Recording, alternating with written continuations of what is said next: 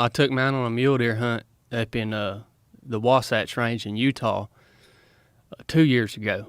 And yeah, I mean, you got to get within 7 to 10 yards of that animal with a longbow. Yeah. I mean, I do crazy. anyways. You know, Fred Bear might could have made a 20 or 30 yard shot, but you know, you got to get right in their laps. And I was on public land. It was a wilderness area. That's where I like to hunt. I mean, I like wilderness areas.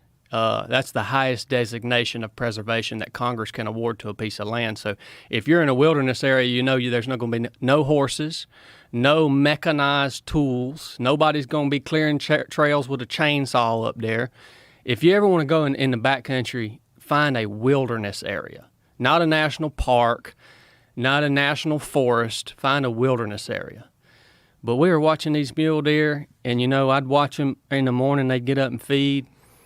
Well, then I'd wait for him to go lay down, and then you had to move on that mule deer and use the terrain, put the terrain between you and him, and they'd be bedded down, and you could get the closest I got to one was about 5 yards, and he was bedded down under a tree, just kind of out in this big old rock. I was way up in the mountains, big old rocky area.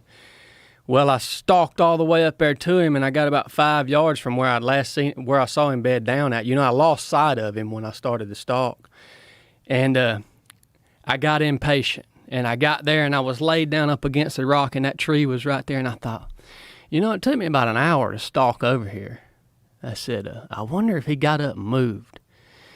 And I peeked my head up over that rock, and that big son of a gun was just looking right at me. I'm talking about eye to eye, 5 yards. He jumped up and tore out of there.